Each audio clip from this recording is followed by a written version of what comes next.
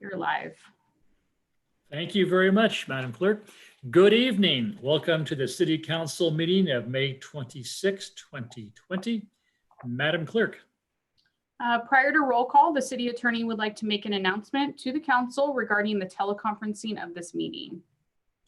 Thank you, Madam Clerk. For the record of this meeting and to be reflected in the minutes, the governor has issued executive orders relaxing the requirements pertaining to the Brown Act and how it applies to this meeting. So to facilitate social distancing and slow the spread of coronavirus, legislative bodies can hold public meetings by teleconference. The procedures adopted for this meeting have been adopted to meet or exceed the standards that are set forth in the order. And if you would like any further information, please see Governor Gavin Newsom's Executive Order N-25-20. And Madam Clerk, it would now be appropriate for you to conduct roll call, after which I would ask the mayor to recognize me one more time. Thank you. Councilmember Hudson. Here. Councilmember Alone. Here. Councilmember Perkins. Here. Vice Mayor Zafar. Here. And Mayor Clarkson. Here. Martin, you're back on stage. Thank you, Mr. Mayor. I would now like to verify that all members of the council can hear me well, that all members of the council have been able to hear all previous speakers, including the roll call, and that each council member believes, based on facial or voice recognition, that all persons representing themselves to be council members are in fact council members. Please indicate in the affirmative with a thumbs up. Seeing 5 thumbs up, I will turn it back over to you, Mr. Mayor. Thank you. Thank you. Madam Clerk. Item 2, Pledge of Allegiance. I'm going to roll back to Martin again and ask him to lead us in the Pledge of Allegiance. Very well, ready, begin. I pledge allegiance to the flag of the United States of America and to the republic for which it stands, one nation under God, indivisible, with liberty and justice for all. Thank you, Martin. Madam Clerk. Item 3, announcements. 3.1, changes and additions to the agenda. There are none this evening. Item 3.2, if you'd like to speak under public comment or regarding any agenda item, please click the raise your hand button on your computer or *9 on your telephone to request to speak when public comment is being taken on an agenda item. You will have up to 3 minutes to speak on that item. Item 3.3, boards, committee, and commission meetings. A list of any upcoming meetings can be found on the city's website, or you could contact the city clerk's office with questions. Item 4, public comment. And public comment are for items that are not on the agenda. And we welcome anybody from the city to address the city council on any topic they might want to. And as our Madam Clerk has mentioned, please hold your comments to 3 minutes or less. Raise your hand. Christina, you want to describe the process for them? To comment in Zoom, please click the raise your hand button on your screen or dial *9 on your telephone at this time. Has anybody raised their hand yet? We do not have any requests to speak under public comment. We do have a second segment of public comment near the end of the meeting, so people can always take that opportunity then. I will then close the public comment. Madam Clerk, next. Item 5, consent calendar. Items on the consent calendar are deemed routine in nature, but anybody from our audience or from staff or a councilman can ask for an item to be pulled back for further discussion. Is there a motion or are there any hands up asking for an item to be pulled? I'll move items, agenda items 5.1 through 5.6. Second.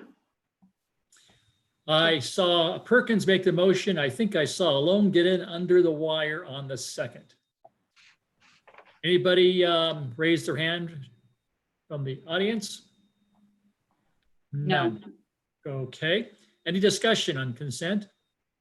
Seeing no hand raised, no discussion. Madam Clerk, roll call. Councilmember Hudson. Aye. Councilmember Alone. Aye. Councilmember Perkins. Aye. Vice Mayor Zafar. Yes. And Mayor Clarkson. Aye. Thank you. The motion passed. Item 6, special presentations. 6.1, Proclamation declaring May 17th through 23rd, 2020 as National Public Works Week. Introduction by Public Works Director Maria Ferner. Presentation by Mayor Clarkson. Good evening, Mayor Clarkson, members of the council. Last week was National Public Works Week, recognizing all public works employees for their dedication and service. This year's theme was Rhythm of Public Works. I think this theme is a great depiction of who we are. To me, being in rhythm means being in sync with each other, having chemistry, working together as a team, dancing to the same beat, to the same goal. And that is how we are. We work 24 hours a day, 7 days a week to take care of our city's infrastructure and facilities, whether it's our parks, our landscaping, pools, buildings, roads, signals, transportation, creeks. We proudly do our jobs with the highest quality and care. We are grateful for the support from the City Council, the City Manager, and other city departments, and we look forward to continuing to do our best to serve our community. Thank you. Thank you, Maria. Christina. Just pull that up. She is sharing the proclamation for the city of San Ramon, and these are the whereases. So if I might, whereas public works professionals focus on infrastructure, facilities, and services that are of vital importance to sustainable and resilient communities and to the public health, high quality of life, and well-being of the citizens of San Ramon. And whereas the infrastructure, facilities, and services could not be provided without the dedicated efforts of public work professionals, who are engineers, managers, and skilled employees from the state and local governments and the private sector, who are responsible for maintaining, rebuilding, improving, and protecting our nation's transportation, water supply, water treatment, and solid waste systems, public buildings, parks, landscaping, creeks, and other structures and facilities essentials for our citizens. And whereas it is in the public interest for citizens, civic leaders, and children in the city of San Ramon to gain knowledge of and to maintain a progressive interest and understanding of the importance of public works and public work programs in their respective communities.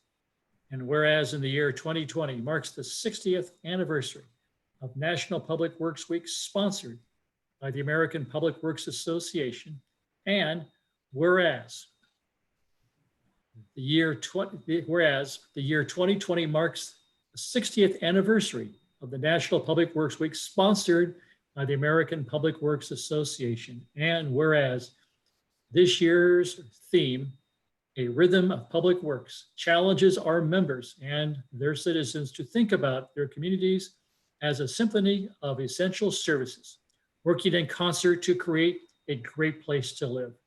Every community has rhythm, a heartbeat that reflects its essence and tempo of life. Now therefore be resolved that the City Council of San Ramon proclaims May 17th through 23rd, 2020 as National Public Works Week in the city of San Ramon, and encourages its citizens to recognize the accomplishments and contributions public works professionals and government employees make to protecting our national health, safety, and quality of life. Dated today, May 26th, 2020. Maria, thank you. Thank you very much. We take a screenshot as a picture? Everybody at once? Smile. That's right, thank you. Madam Clerk. Item 6.2, Police Department Awards for Distinguished Service Medal and Life Saving Ribbon, presentation by Police Chief Craig Stevens. Good evening, Mayor, members of the council, and the community of San Ramon. Mayor, I have to say that was an excellent job on that proclamation, and the fact that you're able to memorize that entire thing is quite impressive. So job well done. I appreciate you recognizing that. It's my privilege this evening to recognize 6 of our finest officers here in San Ramon. These are our 2019 Special Awards recipients. And to tell you a little bit about our award program in the police department, the program is designed to recognize our employees who have distinguished themselves by performing significant acts in support of the department's mission. And the way that this generally works is we actually have a awards review committee. And what they do is at the end of the year, they present me with who they are recommending to be the recipients of special awards. They send it to me for my final review, and this year again they forwarded 6 recommendations to me, and I wholeheartedly agree with the recommendations made by the awards review committee. So this evening we have 3 officers will be receiving our Distinguished Service Medal, and then we have 3 officers that will be receiving our Life-Saving Ribbon. And I'll tell you a little bit about those 2 awards. The Distinguished Service Medal is awarded to a sworn officer who distinguishes himself or herself by knowingly performing an act of conspicuous bravery or courageous conduct in the performance of his or her duties under unusual, complicated, or hazardous conditions where the officer performed a specific police mission with disregard for personal safety. And as far as our life-saving ribbon, the life-saving ribbon may be awarded to the sworn officer who takes action under emergency and/or extraordinary conditions which result in the saving or attempt to save a human life. So those are the words that we will be recognizing our staff with tonight. So at this point, I would like to have Sergeant Mike Schneider join me. Hello, Mike. Hello. So I'll tell you a little bit about why Mike is receiving this award. Mike, don't look so pained. You're being awarded something here. You know, cops don't like this stuff. I'm just going to say, you know, it's painful for them. So Sergeant Snyder was dispatched to a medical call. This was in April of last year, and in the call, he was advised that CPR was in progress. He responded code 3 with his licensed sirens, and he arrived on scene before any fire or emergency medical personnel had arrived on scene. When he arrived, he found a 70-year-old male was lying on the floor in his garage. There was also 2 gentlemen who were doing some tree service on the property. And when Sergeant Snyder got there, one of those gentlemen was on the phone talking to our dispatch center, and the other gentleman had started CPR. So Sergeant Snyder had brought his AED, his automated external defibrillator, with him, and immediately hooked that up on the gentleman. And the AED generally will tell you what to do. So when Mike got the AED hooked up, the AED gave the direction to deliver a shock to the patient, which Mike did at that point, and the AED delivered a shock. And at that point, the victim seemed to recover to some level. At that point, Mike continued with monitoring the patient, and actually, I think took over chest compressions for a little while. And about that time, San Ramon Valley Fire had arrived on scene, and they took over care. And ultimately, they transported the victim to a local hospital. And, you know, clearly, thanks to the work of the gentlemen that were assisting the patient before Sergeant Snyder got there, our dispatch center, you know, the efforts of all these folks were instrumental in saving the life of that gentleman. So, and Mike, correct me if I'm wrong, I believe this is the 2nd or 3rd time you've received this award. Is that correct? Yes, it's 3rd. Yeah. So I think it just, you know, this is something that it's old hat for Mike, but he's very much certainly in tune to medical calls, and you know, in our business, there's not much things you can do better than saving someone's life. And the fact that this is the 3rd time he's receiving this award, I think speaks very well of him and his just approach to his job. So I want to congratulate Sergeant Snyder for his excellent work, and give him a chance if he'd like to make any comments. My only comment would be that we have a really good AED program, which helps us many times go out there and save lives. Also, the 2 gentlemen that were trimming trees in the area, they had been taught compression only CPR by their employer. and how important that is that everyone in the community learns CPR, even if it's only compression only CPR. So thank you. Thank you, Mike. Job well done. At this point, I would like to introduce Officer Rick Gonzalez.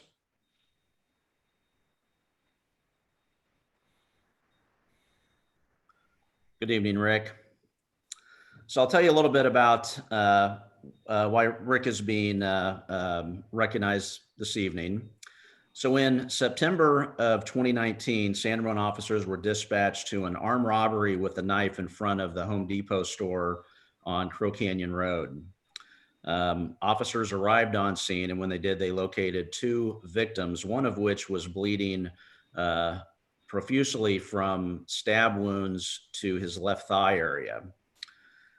Clearly identifying that the victim was at risk due to the amount of blood loss, Officer Gonzalez applied a tourniquet to the injured leg of the victim to control the bleeding. And, as most of you know, wounds to the upper thigh can be extremely dangerous. There's a major artery that runs through that area. So Officer Gonzalez clearly understood the risk and was able to apply a tourniquet to the injured leg to help control the bleeding. Officer Gonzalez monitored the victim until San Ramon Valley Fire arrived on scene and took over medical aid. The victim was transported to the John Muir Trauma Center in Walnut Creek for his injuries. And thankfully, he was actually treated and released from the hospital later that day. And undoubtedly, Officer Gonzalez's quick actions and the application of the tourniquet helped to save the life of this victim. And as a result of the actions that he took that evening, he will be receiving the San Ramon Police Department Life-Saving Award ribbon. So great job, Rick. And do you have any comments? Oh, you're on mute. You're on mute. First time on Zoom, so I apologize. I think any officer that would have been on scene, whether it been me or any of my other partners working that night, would have done the same thing and would have reacted in the same way. We received training here in the department and really appreciative of all the training that we receive here. And obviously it's beneficial to the community, especially to this person that, unfortunately had an unfortunate incident that evening. But thank you very much for the award. Thank you, Rick. Great job. Okay, so at this point, I would like to introduce Officer John Stevens and Officer Justin Carlson.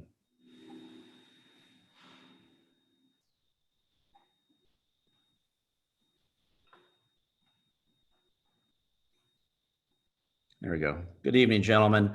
The reason I'm having Officer Stevens and Officer Carlson join at the same time is that they're actually both being recognized for an incident that they both worked together. Officer Carlson will be receiving the Life-Saving Award ribbon, and Officer Stevens will be receiving the Distinguished Service Medal. So I'll tell you about the incident that they were involved in. This occurred in September of 2019 in the early morning hours. At that time, officers were dispatched to the area of Canyon Village Circle for the report of a structure fire with at least one occupant trapped inside their apartment. While officers were en route to the location, dispatched advised that at least one resident of the apartment had jumped out of a second-story window and was in need of immediate medical treatment due to a large amount of bleeding on the part of the subject that had jumped out of the window. Upon arrival, the residents directed the officers to the particular apartment, and while heading to that apartment, officers located a male subject lying on the ground in a pool of blood. The subject was bleeding profusely from his right arm due to severe cuts he had sustained from breaking the glass as he jumped from the second-story window to escape the fire in his apartment. Officers provided the male subject with first aid. They quickly determined that the subject was rapidly losing blood from his right arm and was in need of a tourniquet. And I should say all of our officers carry tourniquets and receive special training in the application of tourniquets. Officer Carlson applied a tourniquet to the subject's right arm near his armpit to help stop the rapid loss of blood.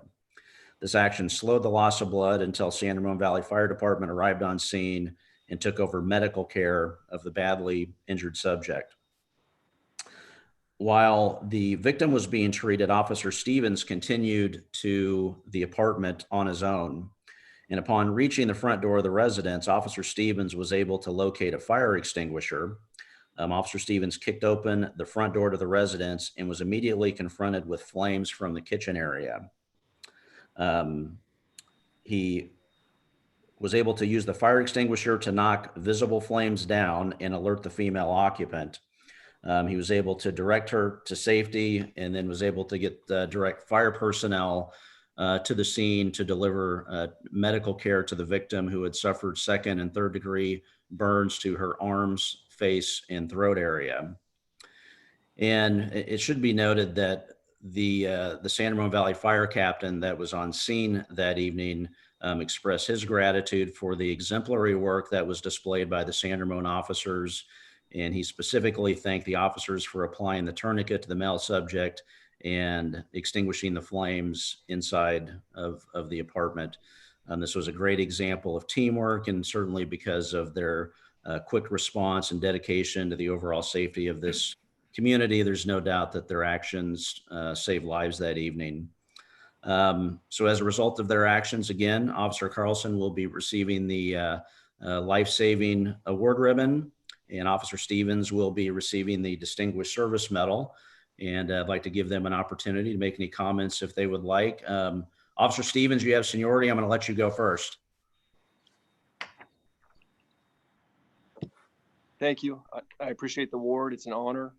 And all I have to say, I was glad that I could help out that night. Thank you. Thank you, John. Officer Carlson. Yeah, you know, just like Officer Gonzalez said, this is, you know, any of our other partners would have done the exact same thing. You know, this is, to me, it's just kind of part of the job, and I'm thrilled that I get to do it. And you know, do the same thing again if presented with the opportunity. So I appreciate the award, and thanks for letting me do what I do. Great job, gentlemen. We appreciate it. Thank you very much. Okay, and then last but certainly not least, I would like to introduce Corporal Bill Dougherty and Officer Stephen Hill.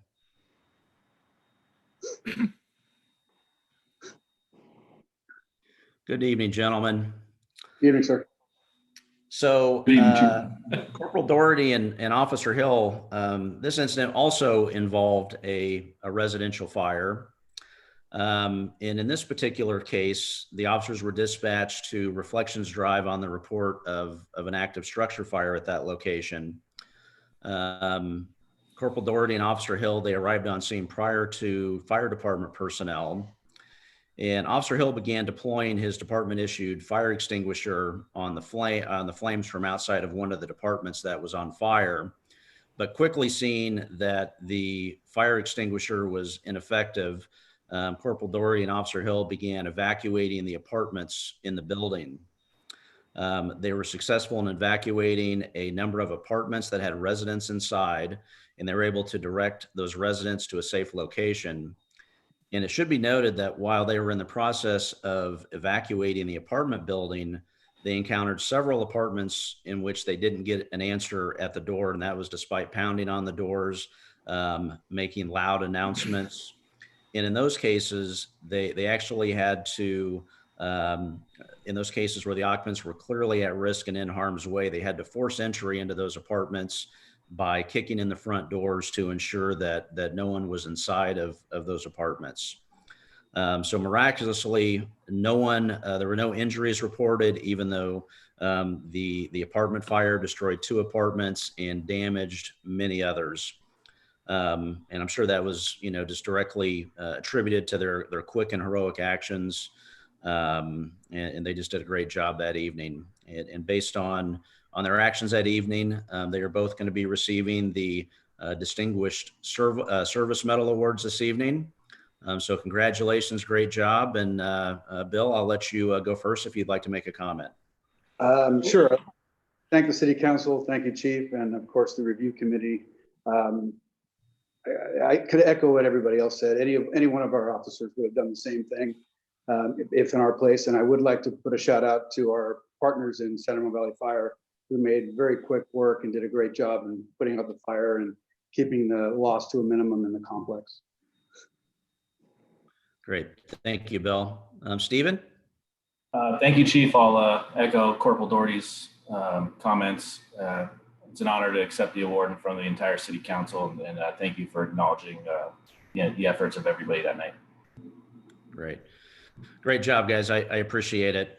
And I'll just kind of echo, that I'm not surprising to hear these comments because, as I said, cops don't really like receiving these type of awards because I think that it's our job, and there's this feeling that's what we do, and but I think as I describe these incidents, clearly the actions of these 6 officers likely saved lives, and even though they look at that as part of their job, I think it's certainly worthy of special recognition. So I want to thank them for not just the job that they did in the incidents that I've described, but for the job that they do day in and day out, and frankly, all the officers in our department. So great job, and appreciate you allowing us to recognize some of our finest here this evening. Chief, before you go, I'd like to turn back to the council if they have any comments. I'll start with Mr. Perkins. Yeah, I'd just like to say, this is one of the clear examples of why we have such a wonderful police department. But it's great people and great training and giving them the equipment they need to do their jobs. If we only had, 5 AEDs around instead of having AEDs in every patrol vehicle, if we didn't have all the equipment and the training that goes with it, even great officers would have trouble fulfilling their mission. So the combination of great officers, training and equipment, and I'm just thrilled that we have people like this and we can afford to equip them and train them. Thanks again for all you guys. Sabina. I just want to say thank you for your service and keeping us safe. I would say at the end of it, we all turn our cameras back on and take a screenshot. Phil. Bill, I think this is yet another example of the investment that we made in the Joint Dispatch Center, and the perhaps the city manager could present the fire chief with a map of the city so the fire department knows how to get to these incidents. This is great. Very impressed. Like you said, I know you guys, oh, shucks, it's just my job, but you're doing it and I'm not. And I think we all really appreciate it. And, there are people who, genuinely owe their lives to you. So good on you. Thank you. Dave. I was going to echo what Scott said until I heard what Phil said. I just hope Paige isn't listening. I don't want to hear this crud tonight. Really. Yes. What goes on lightheartedly between the two forces. And I can tell you from experience that the firefighters eat more donuts. Thank you very much. By the way, Paige is on the attendee list right now listening, so we'll pay for this. He just texted me. Yes. He wants to redo on the item 12.3, I think. I think it's wonderful, the fact that both with the bantering, but also that the partnership seems to work so seamlessly at times.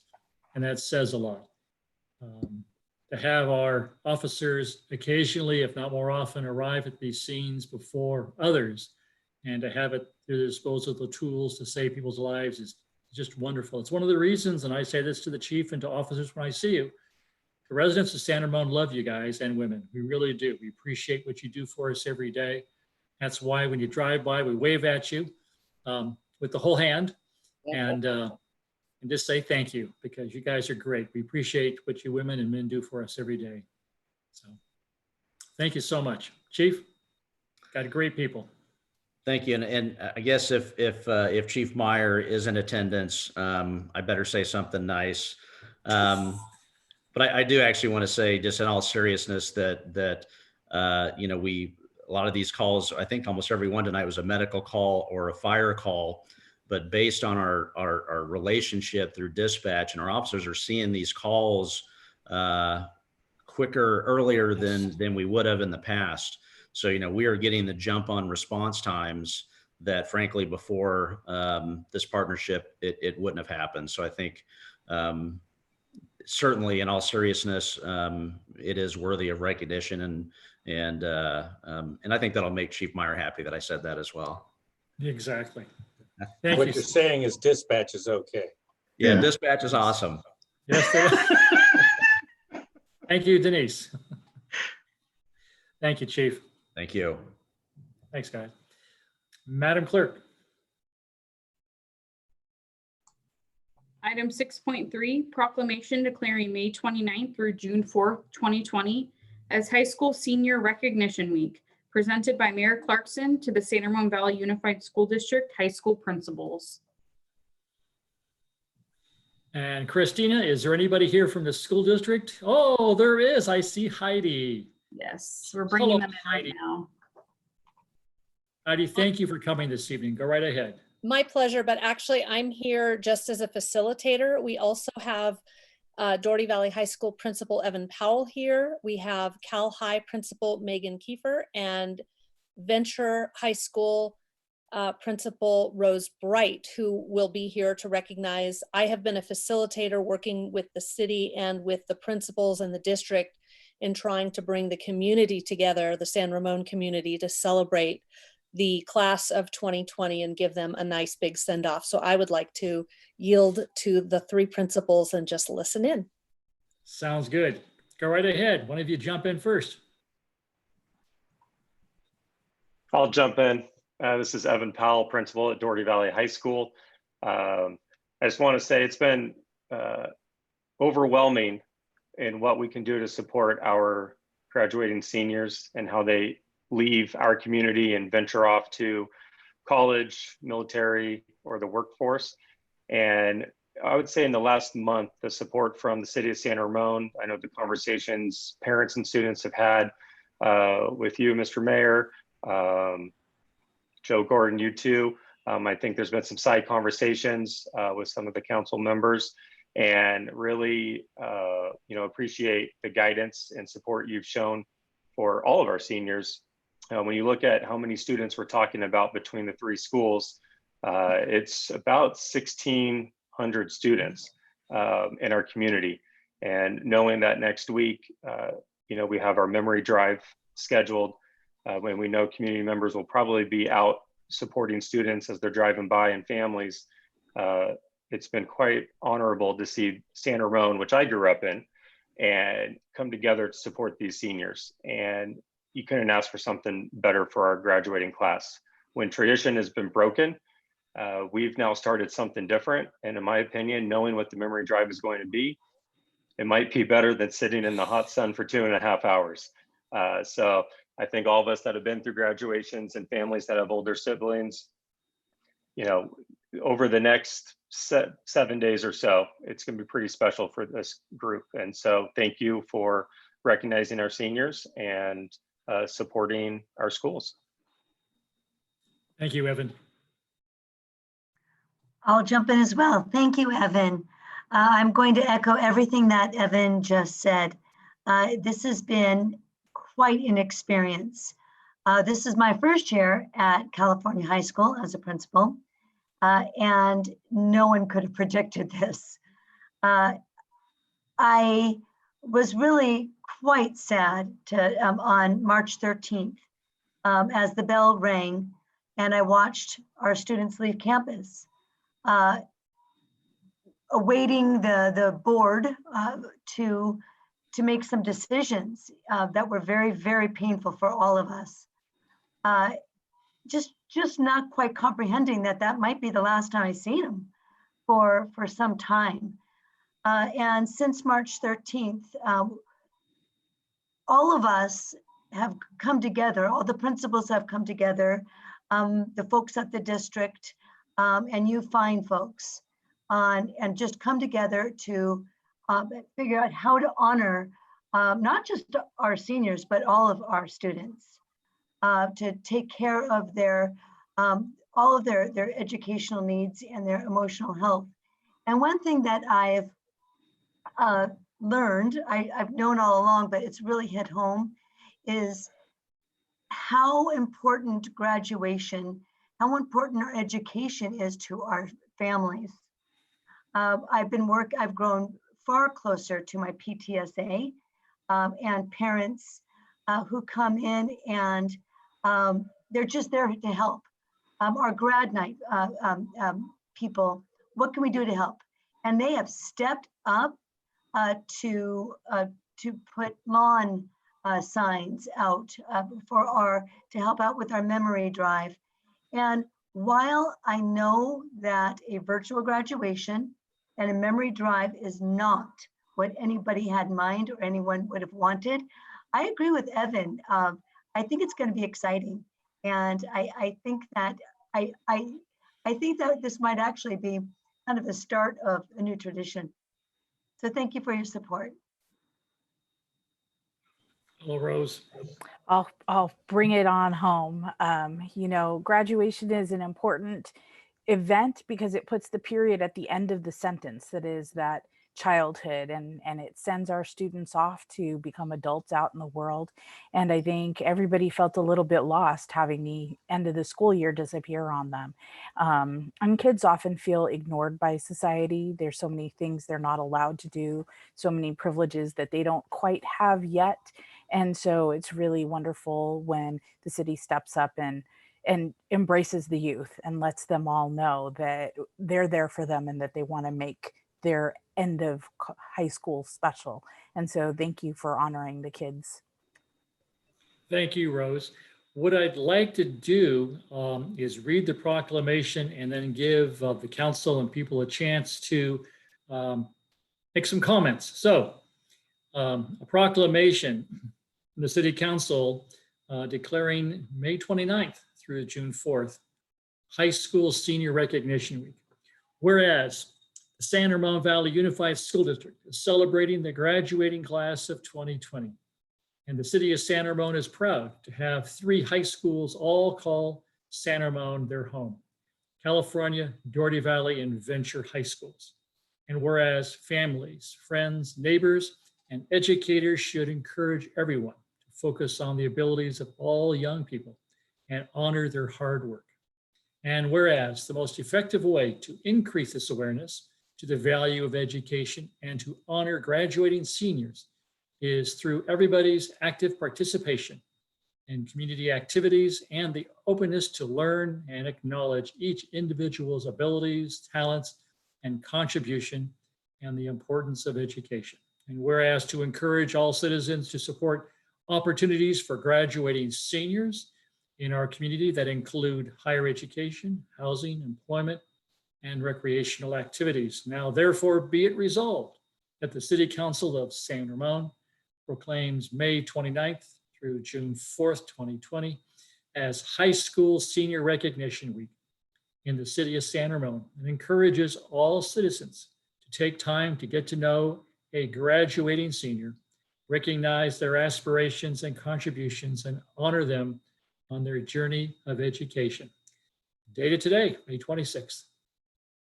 Thank you very much, you guys. I'd like to call upon any of my fellow council members if they'd like to make any comments. I don't see any hands up yet. I'll just make a couple, graduation was a long time ago for most of us. And although Sabina's daughter got cheated out of this year's, but the little memories of graduation that I have, for instance, we have a picture of my daughter Phoebe at the Windermere graduation getting her diploma from Bill Clarkson. And funny little things like that you don't think it sort of connects life later on. But one of the what's going on here to me is a tie to what our parents went through in World War II. And how they had to adjust and learn how to be resilient. And these kids have gotten an early lesson in life, and they'll benefit it from it in the long run. I agree. Sabina. I think Dave had his hand up first. Dave, do you want to? Oh, I apologize, but go ahead, Sabina. Yeah, go ahead, Sabina. No, obviously this is very, very emotional and personal for me because my daughter is graduating, and Heidi, I've known you forever. Thank you so much for the PTA for doing everything you do. It's so much hard work. And Principal Evans, thank you so much for taking care of my youngest one this year. I'm just, I don't know, it's been a very emotional roller coaster few months. And I'm just proud of all the kids for how wonderful they've been and how patient they've been. Probably there were days when I was having breakdowns, but she had the stronger head on, on her shoulders, and I saw all her friends and everybody. So just very proud. I would probably cry in the car or something, but just want to say thank you, Rose and Megan, as well, for really, parents are realizing during this time how important schools are, how important teachers are and principals are, and how much you guys take on in raising our kids and, putting up with them. And so just, my heartfelt thank you to all of you for taking care of my kids through high school. And Heidi, PDA, you guys, I can't even thank you enough for doing so much work and taking care of the kids. Thanks. Dave. Yeah, I want to take a different look than Evan. I can tell you the parents look forward to that 2.5 hours. For years, I represented the city of San Ramon with Mark Cordy and giving out diplomas at Cal High. And almost from the minute gave out the last diploma, I was looking forward to the next year. One of the years I got to give the diplomas to my daughter. In fact, I threatened half the swim team to not give it to them, bring them back. But this is something grandparents look forward to, parents. I mean, we know now that we've missed it, that next year we've just got to make it that much better, because this is something that the juniors are not going to want to miss. So thank you, and I hope it's full speed ahead for next year. And if there's anything more we can do for that, please ask Joe. Scott. Well, no, I want to thank all of the staff and the parents and everybody that makes our school district such a wonderful school district.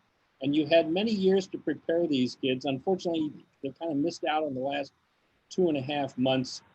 But I think we can all rest assured that they were well prepared, up until that time, and they did catch some more knowledge in the last few weeks. Hopefully.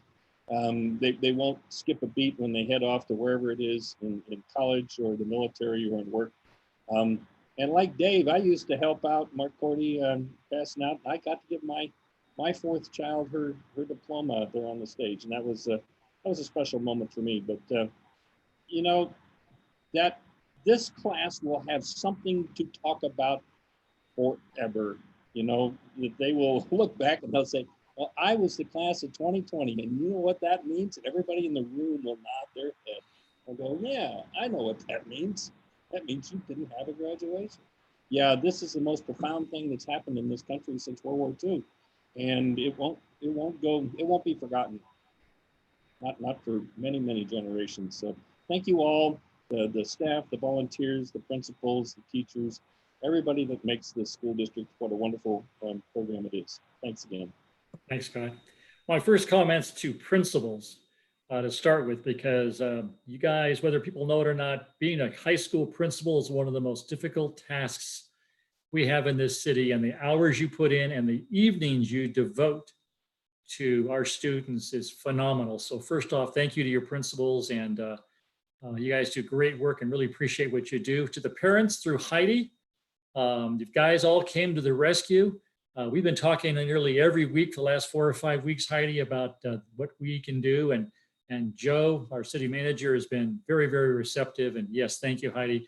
Well, we really thank the staff for them doing that stuff. But thank you to the parents, because they really want to make this special for the kids. And I know for the students, it's disappointing not to have that walk across the stage. I think Scott put it well. They'll never forget this.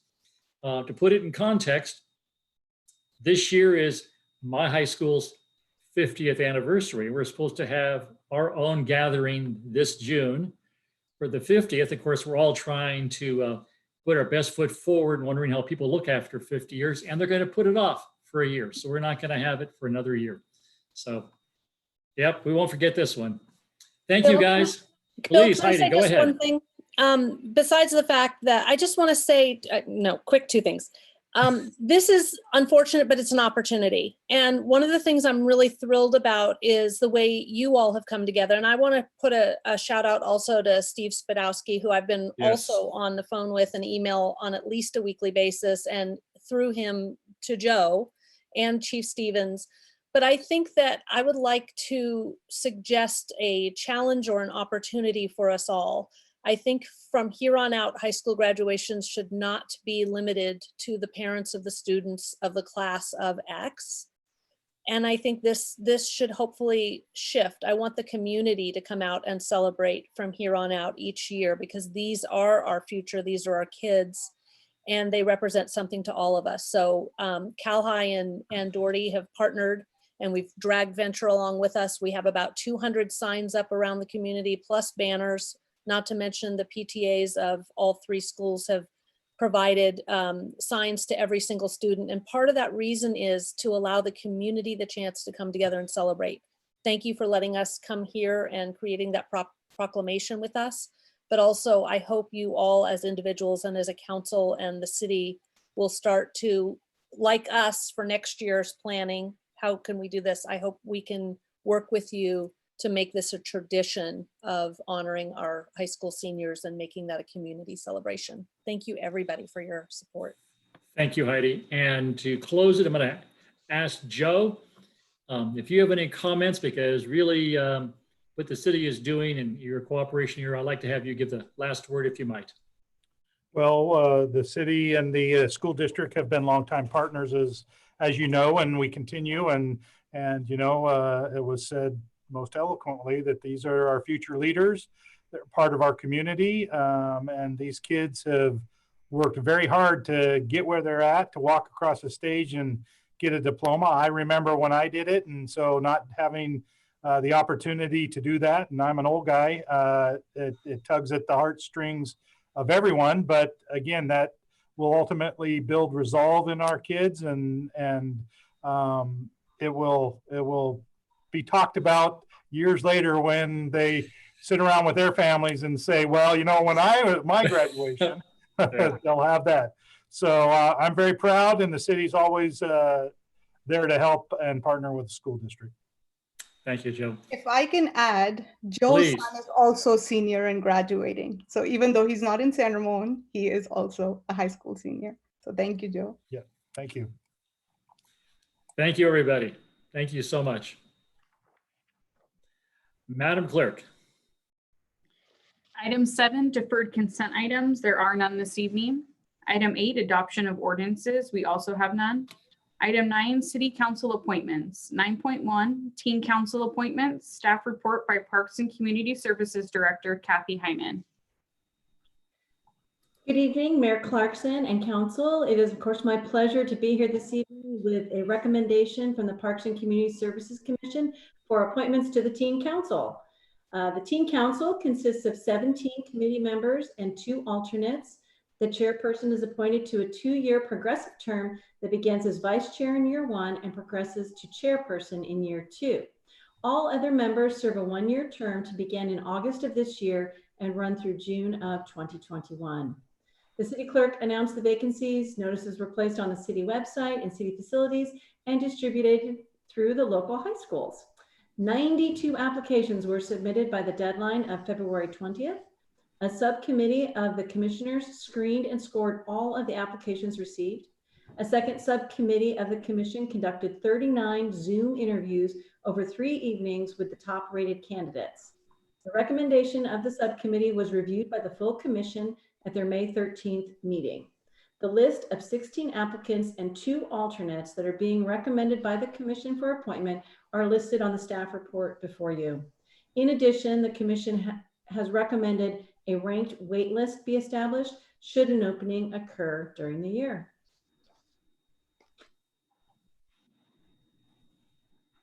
Okay. Any questions or?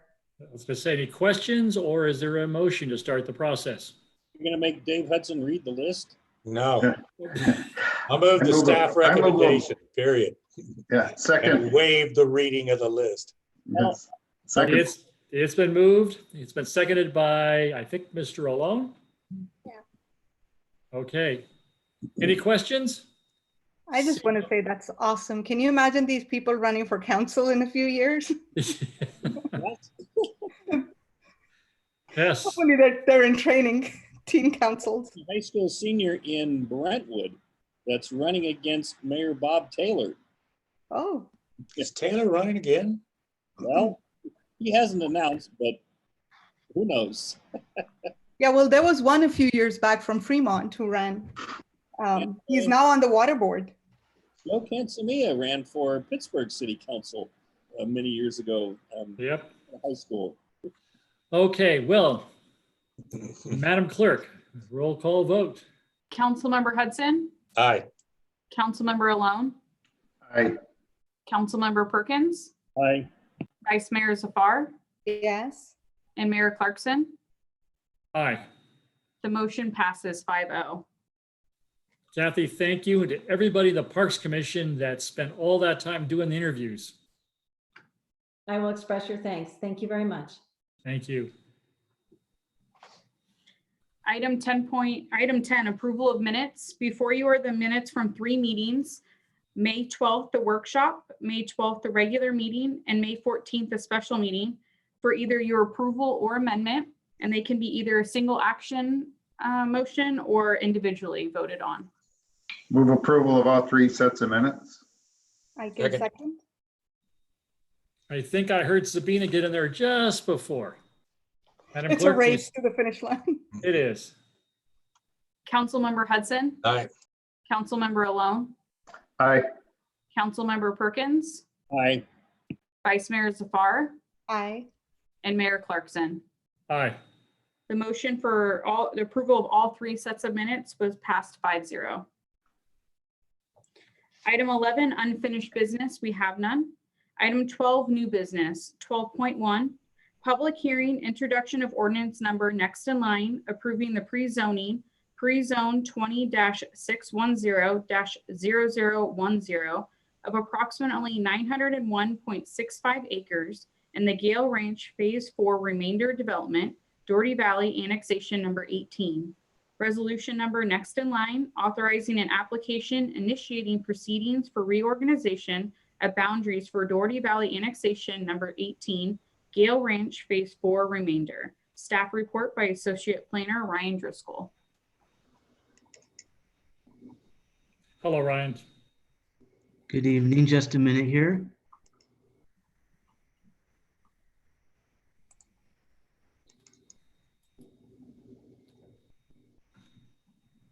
Okay. Good evening, Mayor and council members. So this is an application for the pre-zone of land within the remainder areas of Gale Ranch Phase 4, which is about 901.65 acres in size, in anticipation of annexation of the area into the city of San Ramon. A little bit of history on Dougherty Valley. It was approved in 1992 by Contra Costa County with the Dougherty Valley Specific Plan. In 1994, there was a lawsuit settlement agreement between the city, the county, and a number of other jurisdictions. And part of that agreement requires that the city take all actions necessary to annex Dougherty Valley into the city. And since 1998, there's actually been 17 annexations of Dougherty Valley. And this is the 18th. This is the 18th annexation. And we anticipate this to be the final annexation of the developed areas of Dougherty Valley. It would exclude the U.S. Army Camp Parks area. And this would satisfy the settlement agreement requirement. This slide shows the subject area of the pre-zone. And one to clarify before I go into the details, the development in the subject area has already been approved by the county. So there is no new development under this proposed pre-zone application under review with the council tonight.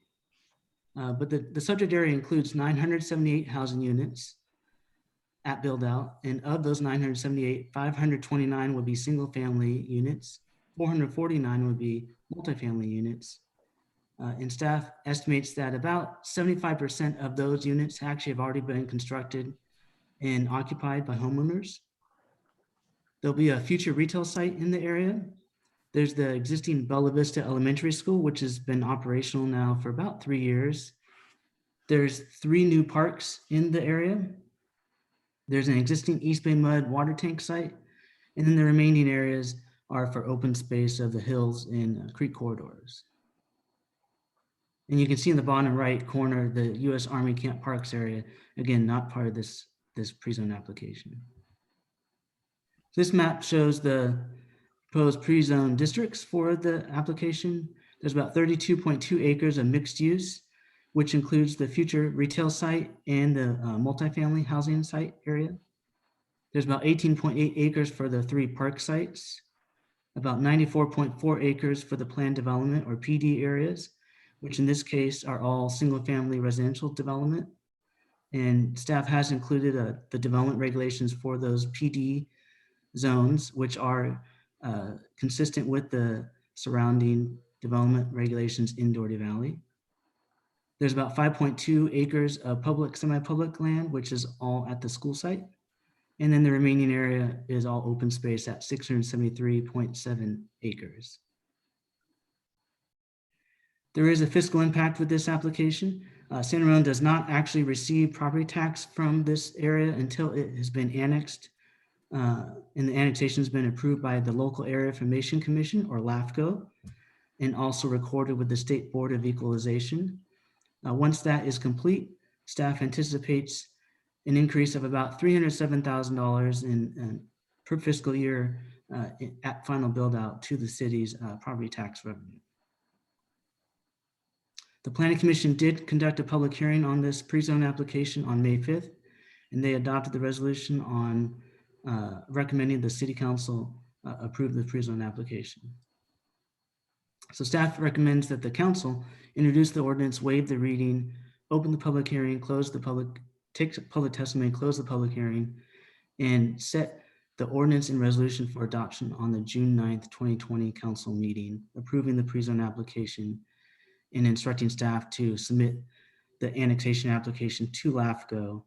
And staff anticipates a LAFCO public hearing in either September or October of this year. And I'll turn it back over to the council. Thank you, Ryan. What I'd like to do with the council's permission is open up public comment and then see what questions we might have for staff. Is that okay? Okay. I'd like to open the public comment. Madam Clerk, is anybody asked to speak? If you would wish to comment at this time, please use the raise your hand button at the bottom of your screen or dial *9 on your telephone. And we'll give it a couple of minutes here, a couple seconds here to make sure to see if somebody'd like to comment.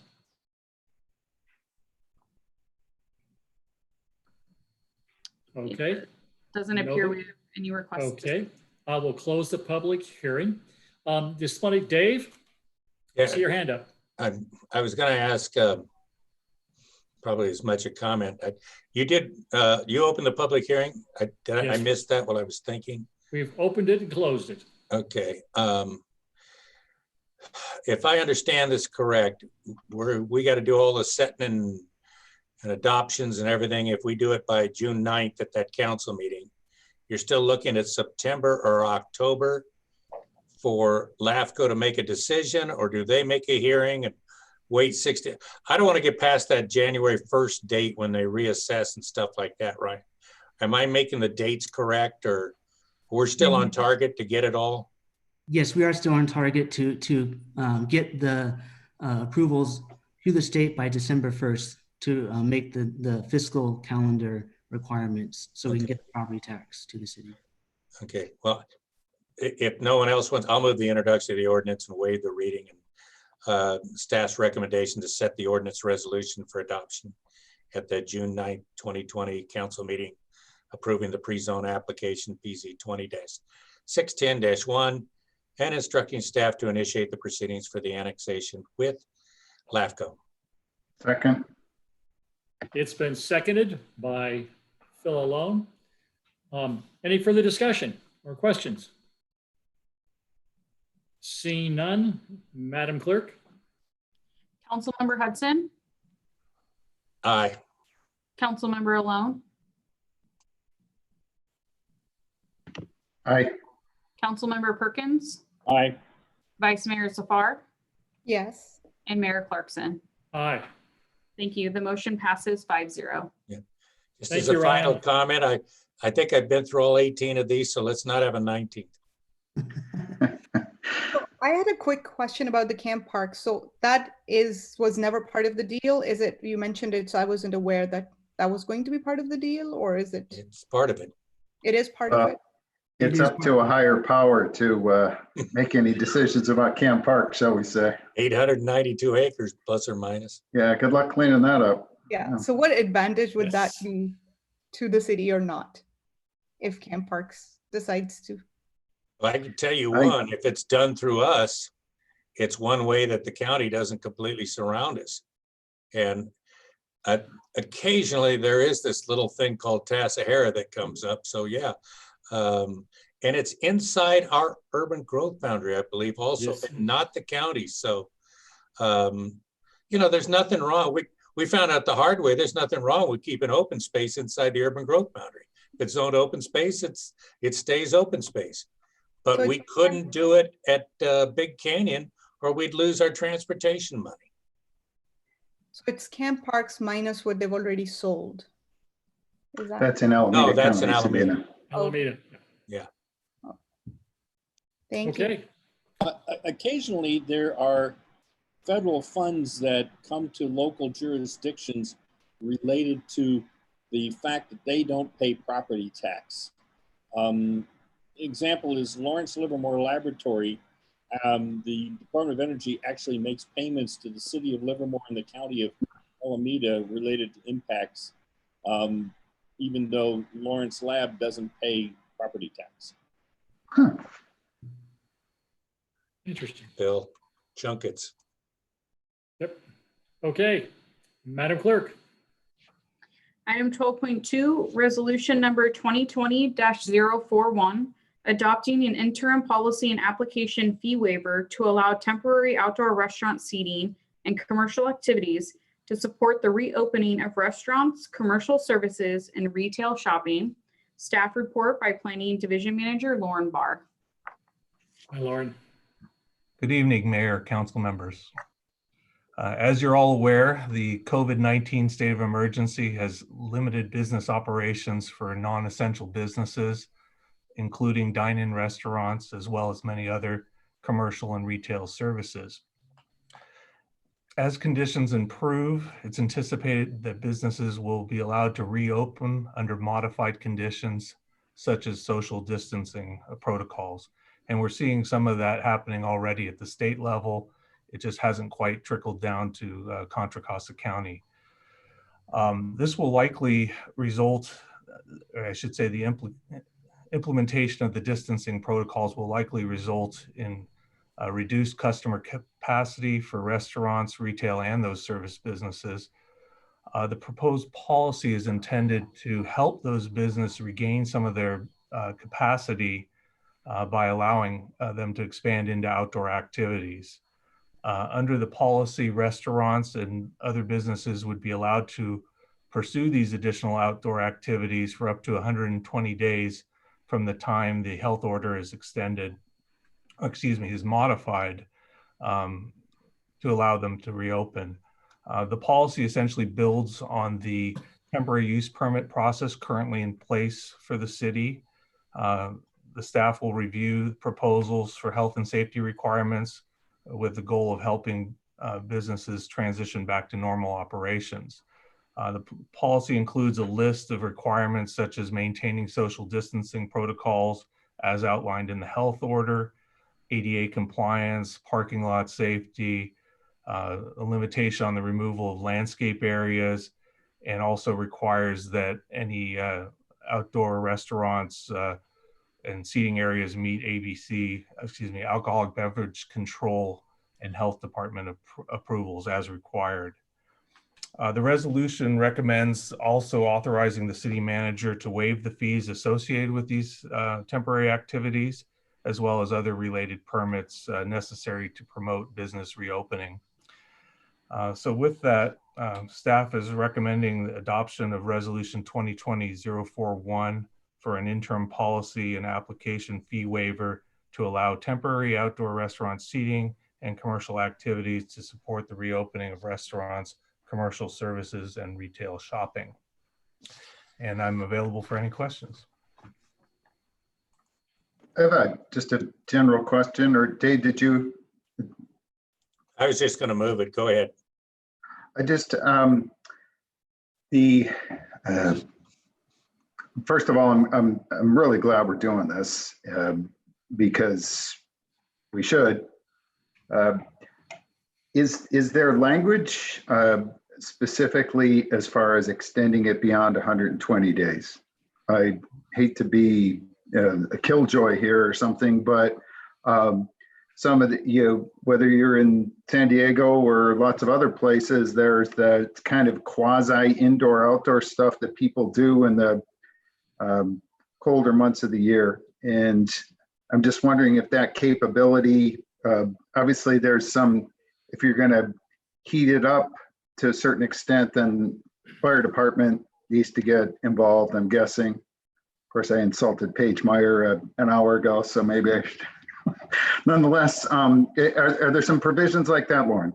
Yes, there are. In the actual policy itself, there's a clause under duration that allows for the extension of this policy in the event that the health order is extended and the limitations associated with those.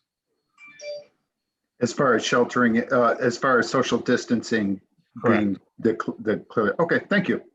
Yeah, anything that would limit their ability to operate in a more conventional way under a health order. Dave? I think the key thing here is, and I wish more people were thinking along this way, is you don't come up with a fee to do this at this point. I mean, we've got some people that we are hoping will open again. They may not be able to. And without this, they likely won't be able to open again. So unless there's anyone else who wants to jump in on this, I'll move Resolution 2020-41. Hopefully I got the right one, Lauren. Yeah, again, I just want to make a comment and say I am obviously very excited about it because I keep talking about community and how do we get people together. So, one of the good things that has really come out of this, if you will, pandemic is that we've built more community, and this is again another opportunity, and I'm really glad we're doing this. Again, this is a good way to test out some of those things as well and see how well it'll work in San Ramon. So really appreciate you bringing this and, talking about giving, basically deferring the fees, because all the help that our restaurants can get from us right now, they need it. Sure. Scott. People the world over really enjoy outdoor eating. I know when you go to Europe, the places outdoors, well, first off, that oftentimes it's the only place they can smoke, but oftentimes, preferred sitting is outdoors, not indoors. So hopefully we can, people will find that this is not only acceptable, but desirable, and we can adopt some more of this moving past this pandemic. Hopefully they'll actually generate some more business for some of these restaurants. I'm going to open up the public comment right now for anybody who'd like to say anything. Madam Clerk? I have received one written comment on this item. Let's do that. We'll do that first, and then you can let folks know. Okay. Okay. And then for those in the audience, if you would like to speak, please use the raise your hand button or *9 on your telephone at this time. Let me just...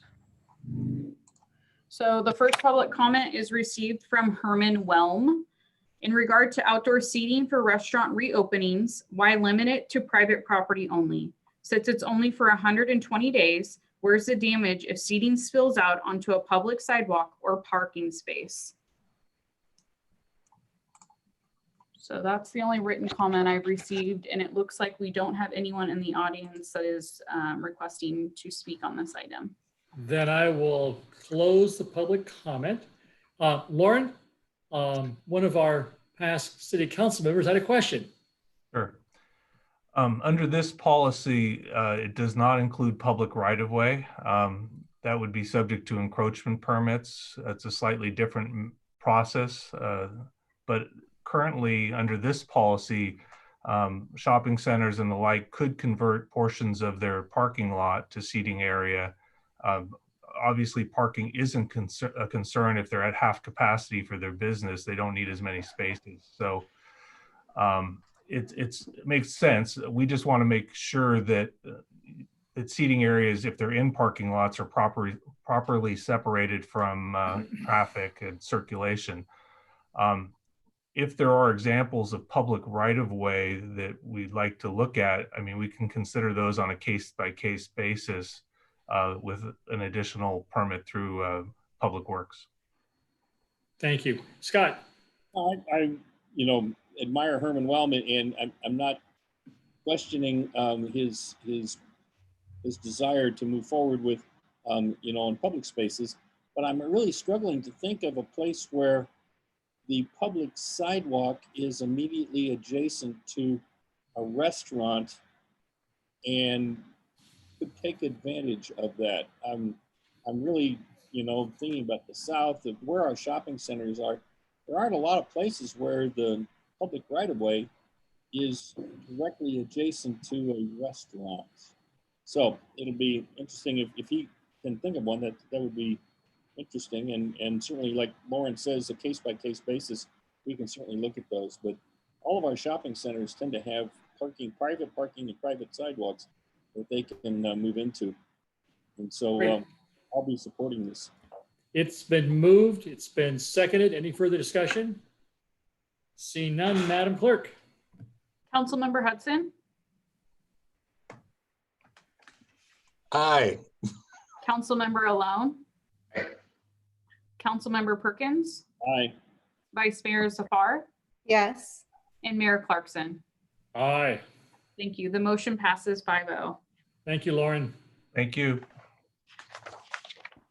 Item 12.3, resolution number 2020-042, authorizing the mayor to execute the interagency agreement between the San Ramon Valley Fire Protection District and the City of San Ramon regarding joint use public safety complex. Staff report by City Manager Joe Gordon.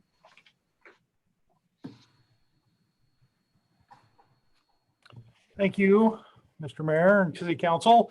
So this is an agreement between the fire district and the city. We're bringing it back to you. You've had numerous or a couple workshops and discussions on this in the past, and through that time, we have been working with the fire district to determine whether or not this project would be feasible. Next slide.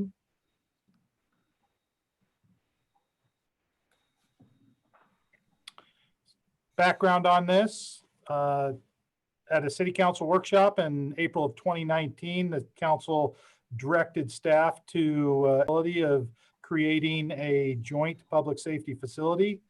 That was then worked into the 1920 city council goals. We initially had community outreach. The fire district had a community outreach session with the public in June, and then the city conducted a community outreach sessions both in the Dougherty Valley at the Dougherty Valley Community Center, the San Ramon City Hall, and then at the San Ramon Police Department. And I'll note that at the San Ramon Police Department, we, in addition to traditionally putting the notice out on social media and elsewhere, we actually noticed the residents within 1,000 feet. Next slide.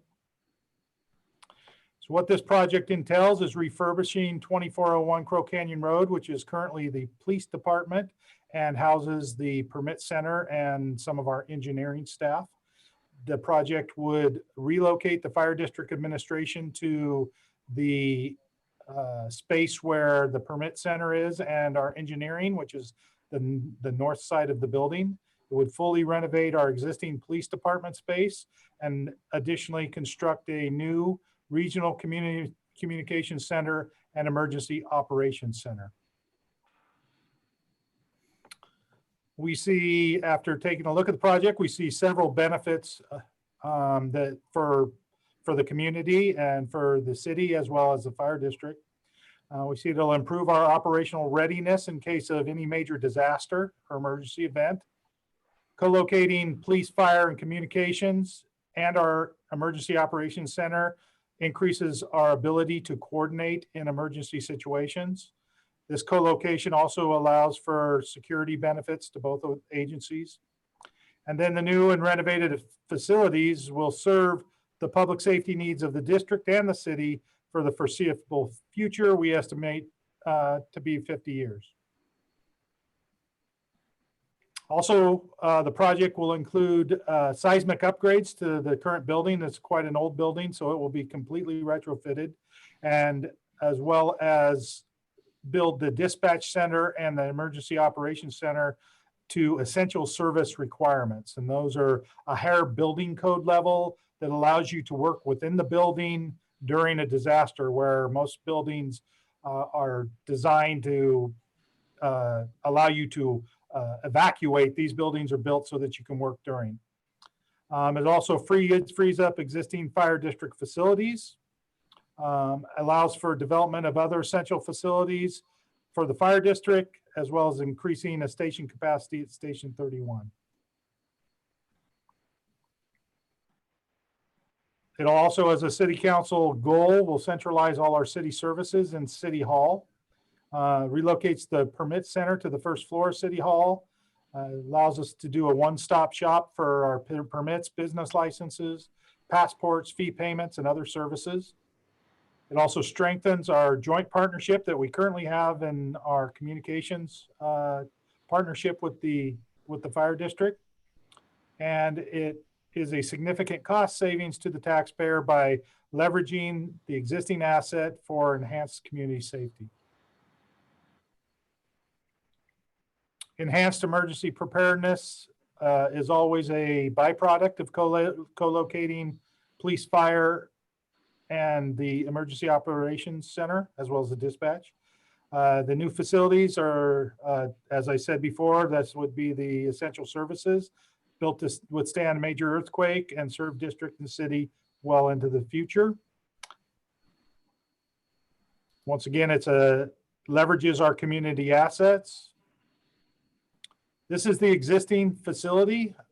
As you can see, the north, which is encased in red, and the blue, which is encased, which is in the south, encased in blue. The blue would be the police department still, which is where the police department is currently housed. And then the red would be the fire district administration. The north wing's 25,000 square feet, 2 stories, 40,000 square feet of the south wing. They have a common lobby space, which you can see in between. There's 139 parking spaces that are not included in the secured parking lot, which is on the south side there. And there's a challenge with the layout of the building, and then the current code gives us the opportunity to bring it up to our current code, as well as update our utilities and our mechanical systems. When we looked at this and analyzed it, the initial thought was potentially demolishing and rebuilding the building at 1500 Bollinger Canyon, which is the current fire admin building, and the cost ended up around $35 million. The fire district didn't see that as financially feasible, so we looked at actually demolishing Crow Canyon Road buildings and rebuilding from scratch, and that came in at about 50+ million. We finally settled on a full remodel of the current building and then constructing a new building that would house the Emergency Operations Center and the Communication Center, and that landed at about $26.8 million.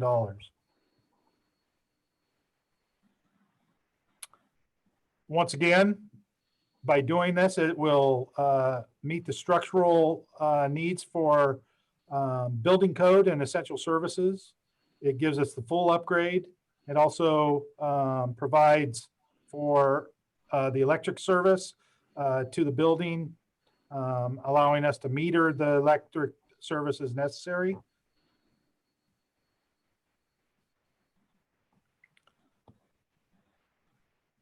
Here's how the cost estimate lays out. About 7.3 million for the fire district's north side, 7.2 million at the police department, fully renovating the police department. The emergency operations center and dispatch, which is a two-story building, comes in about 6.9 million, and then the design and construction contingency at 5.4 million. For a total of 26.8, and then it will take about $3 million to reconfigure City Hall on this side for a total of 29.8 million. This is a unique situation in which the city owns the property fully, and so it's more of determining how best to create equity for both the district and the city. We came to this arrangement. The fire district agrees to fund all the renovations at 2401, including the police department and the emergency operations communication center. And in return, the district funding that, the city would then become a partner with the district and relinquish 50% ownership interest in the property. And you see that value there. We also have an existing tax sharing agreement from several years ago in which the fire district, the city, or there was a $3 million loan to the fire district in return for a graduated payment for 30 years. Then you can see where the city would absorb the planning and development fees, as well as provide for janitorial and routine maintenance. With that listed cost, and then if you take a look at that, the city would use our own funding with our certificates of participation funding to reconfigure City Hall, and that's the total you see at the bottom. Just a quick reminder what the site plan would look like. If you take a look, you can see the fire department on the north, police department on the south, and then circled in red or encompassed in red would be the new city and fire district emergency operations center. So this is the north side on the bottom floor, level 1. Just gives you a quick understanding of the floor plan for the fire district. Next slide. That would be level 2, where the fire district would have their board and other business offices. You see in the police department is fully reconfigured. On our level 1, our city inspectors, which I neglected to mention, most of our cities, or all of our city inspectors, would also now be housed at 2401, and that's that tan area in the upper left corner. And then a quick view of the bottom level 1, which is a smaller area, and it's the extension of the weaponist defense area and gym. Emergency Operations Center. This would be the first level. That's the EOC, and you can see the setup to allow for any emergency, earthquakes or otherwise. And then the second floor, which is the second level, would be the communication dispatch area.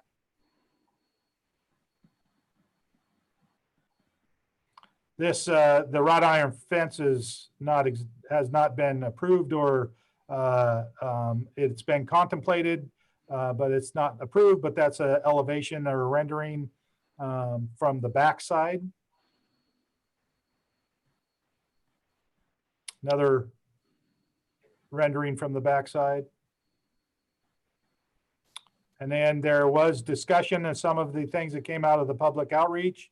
And I believe Vice Mayor Zafar was not totally thrilled with the aesthetics of the building.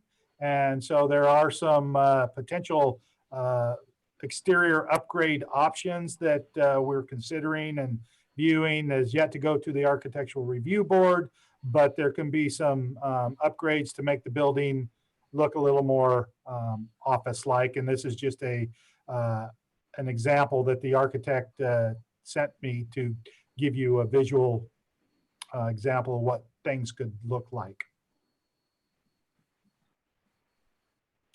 Okay, so I'll open up for questions. This is an interagency agreement. The details, it's a draft agreement as it stands right now.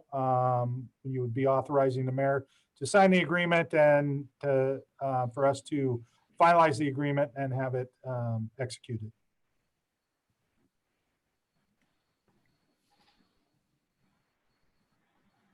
My first thought is to minimize the presentation screen. We can do that. There we go. Scott, I see a question. Actually, Dave was first. Oh, that's why.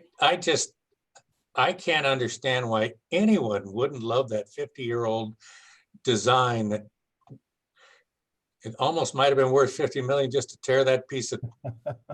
Amen. The other thing, Joe, I'm sitting here looking, we're fencing the police department. I mean, if somebody's dumb enough to want to go in there and try and take something, let them. It's. Come on in.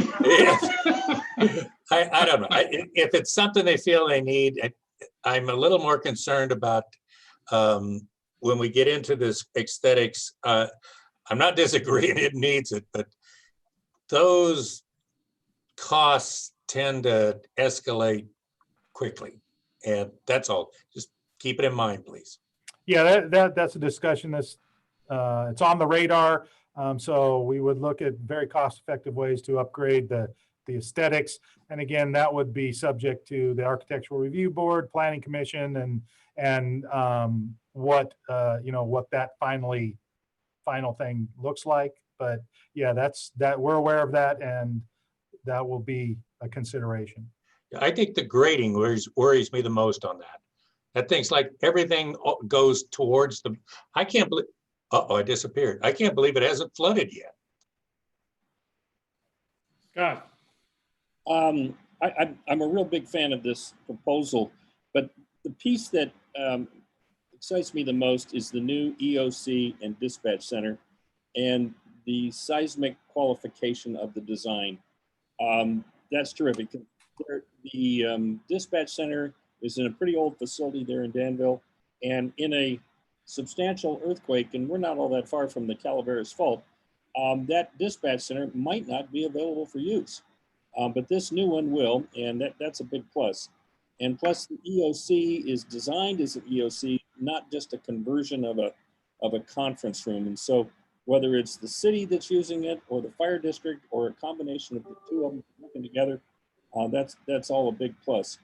The only thing, I read through the agreement in the council package in pretty good detail.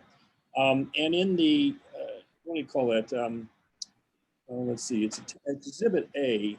I'd like you to update that before it's signed, because there are some errors in the map on there that need to be corrected, like the police department parking and a few things like that. So I don't want to, it's really awkward to change an agreement after it's already been signed. So we need to go through each page, each paragraph one more time and make sure it says exactly what you want it to say. Because bringing something back to both boards and getting it all the way through again can really be awkward if something is missed. Sabina. I was just going to say, fire season is a reality in California, and for us to have this opportunity to really work with, basically the fire board, the fire district, and us, and have this kind of partnership and a brand new EOC, it's going to be, 30 million is easy to say, but it's really a big investment that is being put, for the citizens of San Ramon. So I really appreciate both you, Joe, and Paige for working together and really bringing this to council.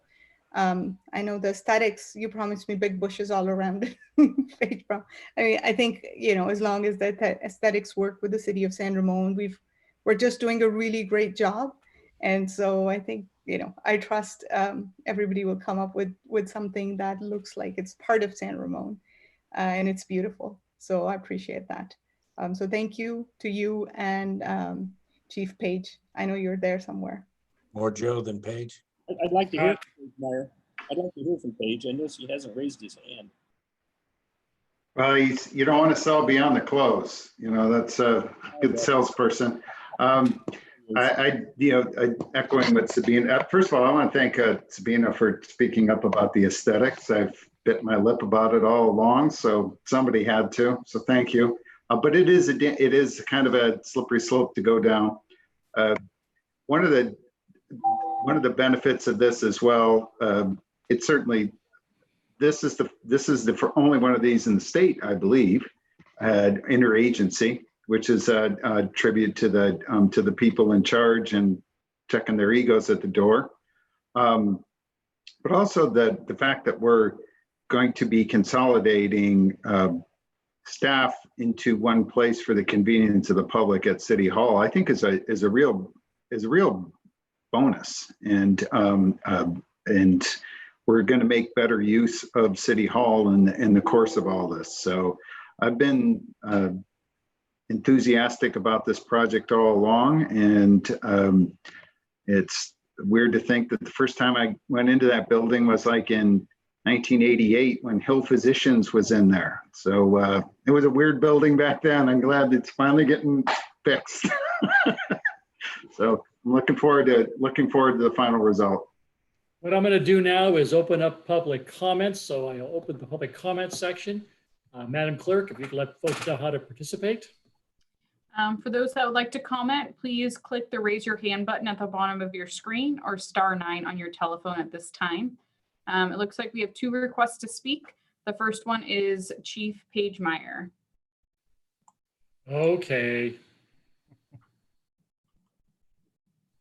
Okay, can you guys hear me? I'll be right back. Yeah, we hear you. Can you hear me? Okay, well, first of all, I'd like to thank the police department for accepting all those awards on our behalf. We're happy to, you know, spread the wealth a little bit there. So thank you for that. But in all seriousness, great job by the police officers. We love those guys, and everybody needs heroes, and we're happy to be heroes to those guys. So all right, I'm done. But now I'll be serious. This project is a great project. A lot of credit goes to Joe Gordon and his staff. I want to give a shout out to all my staff as well. Ken Campo, Denise Pangelinan, Frank Drayton, Lon Ferris, even the union president showed up and voiced his support for a lot of the projects, and you don't really see that. But for us, and I say this all the time, and I don't say it lightly, the city of San Ramon is very special for the fire district. You have always stepped up to partner for the right reasons. We don't get caught up in the minutia. We get caught up in what the right thing to do is. And so where I sit today, looking at another opportunity, just like the dispatch center, to leverage really the taxpayers' money, which, as you elected officials know as well as anybody, is now limited for the next couple of years. The ability to pool our resources and still provide top-notch, best service in the country is an honor for the fire district. And on behalf of the board, we're excited about the project, and we're excited about the partnership and to continue to provide for our citizens. So I'll just leave it at that. Thank you all for your comments, and your humor is well appreciated. I like getting beat up there, council member alone. Good stuff. Thank you, guys. Yeah. Thank you, Chief. Got to keep you honest there, Paige. Well, I would like to, we have other public comment? I'm sorry. Yes, we do. We have 2 more. The next one is Luz Gomez.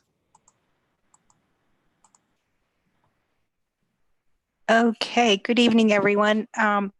Yeah, this sounds like a really exciting project. I love the idea of the leveraging that's going to take place, and having a brand new EOC, I think, will be fantastic for the city and for the fire protection district. So I do have a couple of questions / suggestions. I think it would be fantastic if we took this opportunity to add solar panels and electric vehicle chargers to the project. The solar panels will pay for themselves over time. And the chargers, there's the city of Fremont recently has been piloting the use of electric vehicles for their police department. So it would be really interesting if San Ramon wanted to do that and be part of that future that I see coming. A quick question has to do with whether, where relative to what the plan that we saw would the training tower be located that we spoke about earlier in the year. And then lastly, I know that the community uses and is very happy to have the prescription drug drop-off availability at the police department.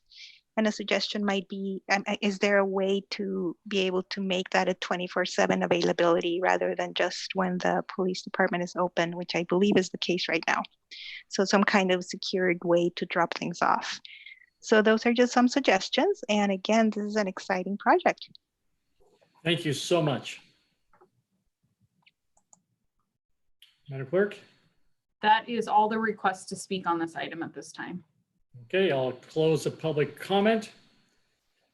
Scott, you have your hand up. Yeah, I just wanted to say, one of the very few silver linings in this very dark cloud that we have, this pandemic, is going forward, we might find that actually construction costs might go down as construction dollars evaporate in the public sector, or in the private sector.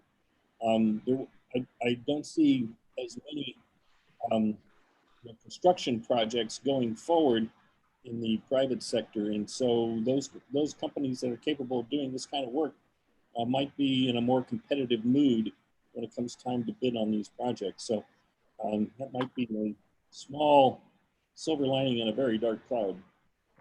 And Other comments or a motion? I'll move resolution 2020-042. Second. Okay. Were you going to move with some?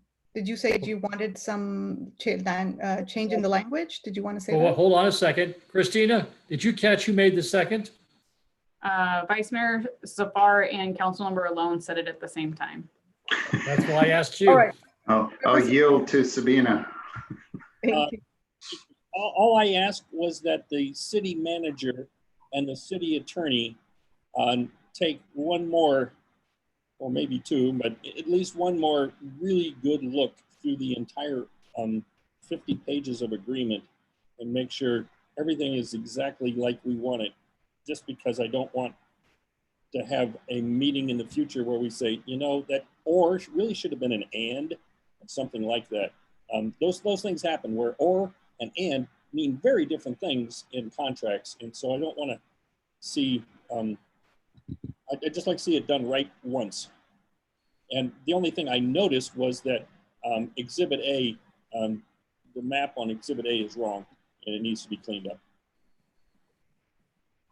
Just to address Councilmember Perkins' comment there, we do still have the agreement in draft form. There's a little bit of wordsmithing left to do, and we do intend to go through the entire document before circulating for signature.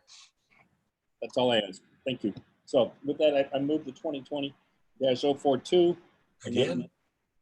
I guess Vice Mayor has seconded. Dave. Yeah, I know, Paige, that I forgot his name, and Joe have been working on chargers and solar and any other grant we could try and get in there. I believe it was, gosh, over a year ago, I had you in touch with Karen Skolnick and Damian Breen at the Air District, if there was anything we can do because of the VW lawsuit. But it's a good point. It needs to constantly be trying to get them because everybody wants to offer them. And it's a state that's trying to plans to go 90% electric by 2040. So I think you're all on the right page, if you, no pun intended, but if you can get it, I mean, we'll get it. And that's the way it's going to be. Any other comments? Seeing none, Madam Clerk. Councilmember Hudson, Yes. Councilmember Alone, Yes. Councilmember Perkins, Yes. Vice Mayor Safar, Yes. and Mayor Clarkson. Aye. Thank you. The motion passes 5-0. Item 13, city manager comments. Thank you. So it was everything I could do, being a former police chief, to bite my lip on Chief Meyer's comment. However, I want you to see that I've actually grown into this position. That's right. Didn't feel You the need don't to rise to the respond. juvenile debate. All right. So I just want to update the council on how our business assistance program is going with Townsend Associates. We have a total of 31 businesses registered for the business assistance program at this point. The 30 small community businesses represent over 450 employees and independent contractors within the city. To date, $47,500 has been secured as a direct result in the program, guiding small businesses through the hurdles of the applications process. And then collectively, the business registered with the program received $2.5 million in funding. The program continues to guide the recipients of the $2.5 million through the loan forgiveness process to maximize the positive impact of the funding for the city business community. So that's an update on what's going on. If you have any other questions regarding that, I know our economic development person, Steven Spadowski, can answer any questions. And that's it for me. Thank you, Joe. Madam Clerk. Sorry. Item 14, public comment. This is our second opportunity for anybody who has not yet spoken a public comment to address the council. Is anybody? We do have one request to speak. Luz Gomez. Okay, everyone, this is Luz again. I first wanted to thank the council for recognizing our graduating seniors. I think that was grand, and congratulations to all the seniors on behalf of other community members. I also wanted to thank our police officers for their heroic service, and congratulations on the awards that you received tonight. And of course, the teen council, how incredible it is that we received 92 applications. That's so grand. I think the city is in great hands in the future with so much participation from our young people. I also wanted to say kudos to the mayor for the mayor's breakfasts. They have been very popular and very informative, and I think the community really appreciates them. And also kudos for the small business program success. $2.5 million to help them so far is fantastic. And then lastly, I do have some news from the public health department about COVID. We are seeing fewer hospitalizations in the county, and even though we have seen a few more deaths this past week, we're still doing really well. The city of San Ramon has 43 cases, and we have the 5th lowest rate among 26 jurisdictions in the county. And we are piloting a new platform to do not only the case investigations, but the contact tracing that everybody has been talking about. And I'm happy to be one of the 7 county staff piloting the new Salesforce platform, which has its own complications, but it's coming along. So that's a bit of an update from the public health department. And again, thank you, city, for doing all you're doing to keep us safe. Thank you.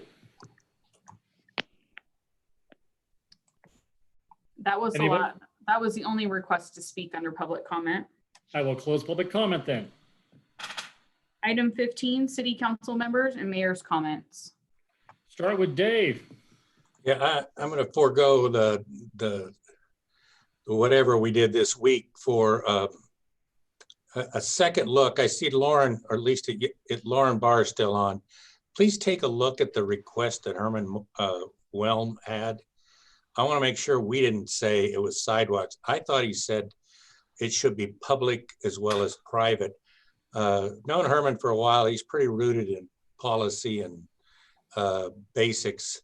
And if it is public, I don't want to put words in his mouth, but schools, I know had the Hansamo, the Koreans, had their operation celebration there. There was also something at the community center. I'm trying to remember the name of it.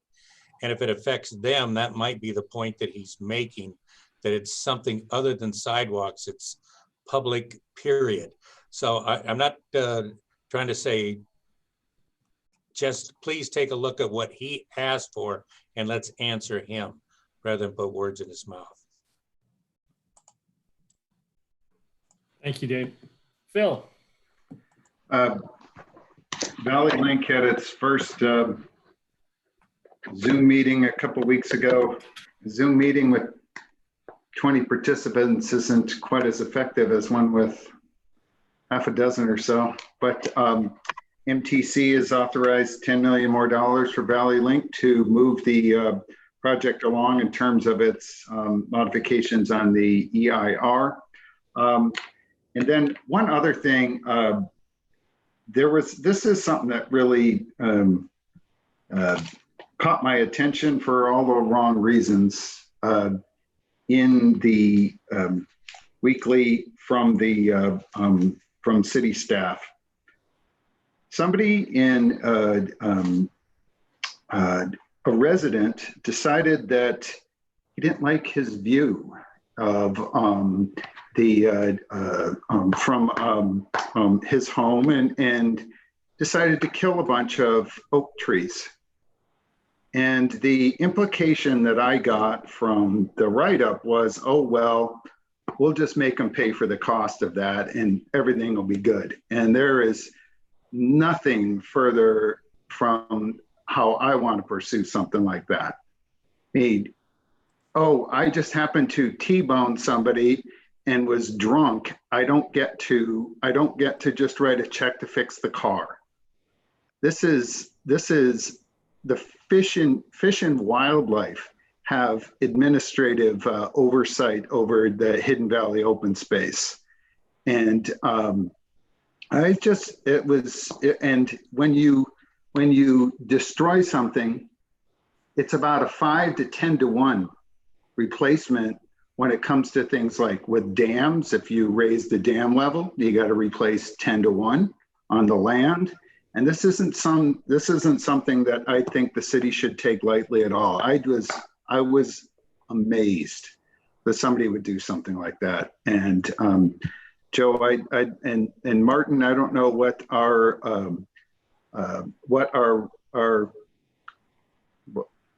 I know what I feel like our obligations are. I would like to know what sort of recourse we have and what other things can be done. I'm just dumbfounded that somebody would do something like that.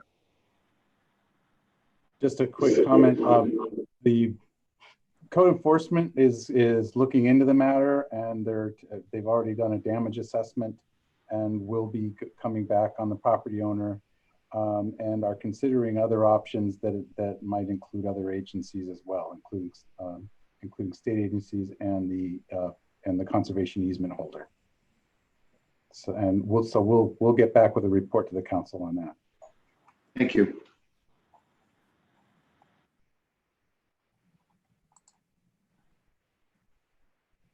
Bill, you were muted on the person you were calling.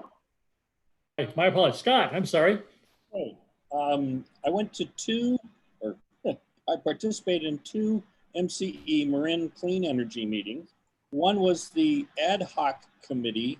The ad hoc committee is a very small group that reviews proposed contracts. They put out an open season, they call it, for power companies to bid on providing power to our customers.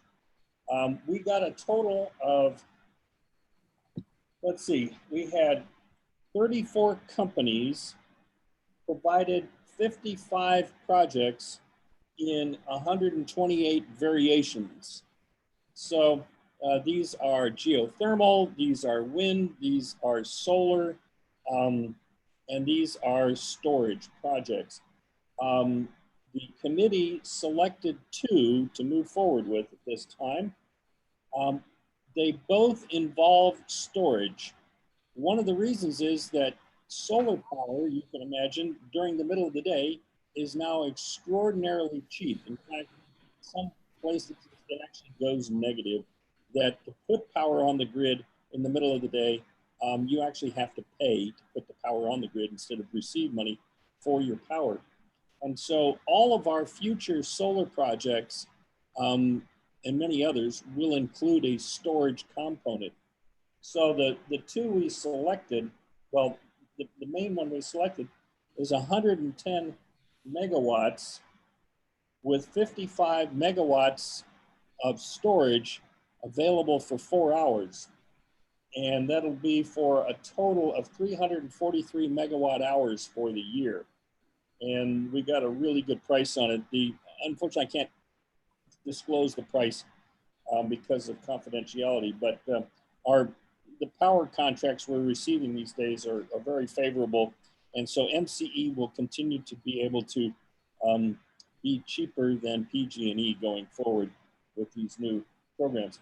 I should mention that Solano County is now online with MCE, and Vallejo and Pleasant Hill have both voted to join and will join in next April. So that's a future. The program is still growing in this region. We celebrated our 10th anniversary this month. MCE is now 10 years old.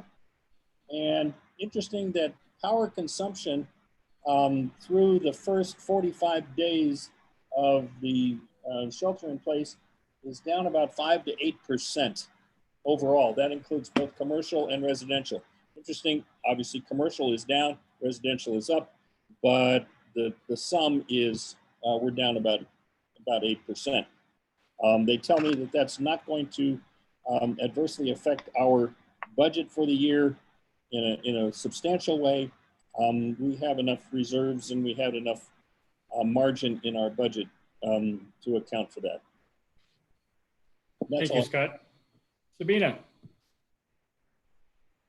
Well, yesterday was Memorial Day, so thank you for lighting up City Hall. I went there Sunday night to take a picture, and there were some kids still skateboarding in the parking lot, and they thought I was coming to report them or something, and they immediately disappeared.